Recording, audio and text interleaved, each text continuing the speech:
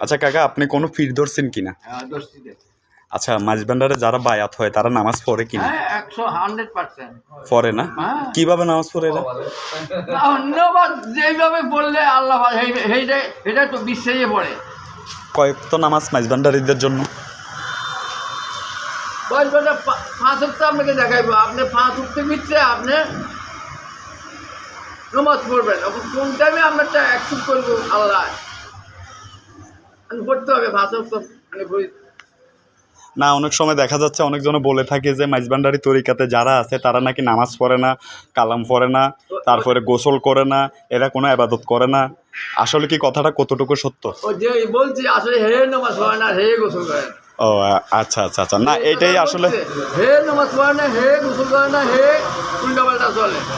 আসলে কাকা যে কথাটা আমরা শুনে থাকি সবসময়, যে মাঝবান্ডারিদের একটা বদনাম যেটা আমরা শুনে থাকি, আসলে এটা কতটুকু সত্য আপনার মনে হয়? যেটা শুনেন এটা আপনি স্বয়ং দেখে আপনি বিশ্বাস করবো, তাকে হুনে কথা আপনি উঠতে যাবেন কেন? আর আরেকটা কথা সচলাচল যেমন শরীয়তের আলেমরা বলে থাকেন, আরও অন্য অন্য মানুষ মন্তব্য করে, যারা নাকি মাজারে যায় তারা মাজারে পূজা করে। মাজারে পূজা করার কিরকম নিয়ম, কি পূজা করে মাজারে? আসলে কি মাজারে পূজা করা হয় কিনা?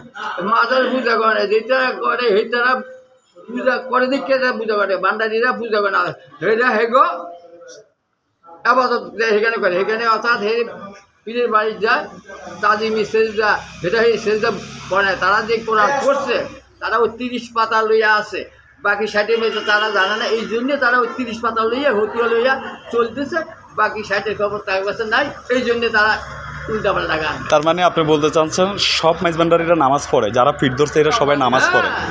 আপনি শিওর? 100% শিওর? তাইলে এখন যারা বলে আপনারা নামাজ পড়েন না, এদের বিরুদ্ধে আপনি কি বলতে চাচ্ছেন? হেরে পড়ে না, এক নম্বর হেরে পড়ে না। থ্যাংক ইউ কাকা, থ্যাংক ইউ। হয়েছে।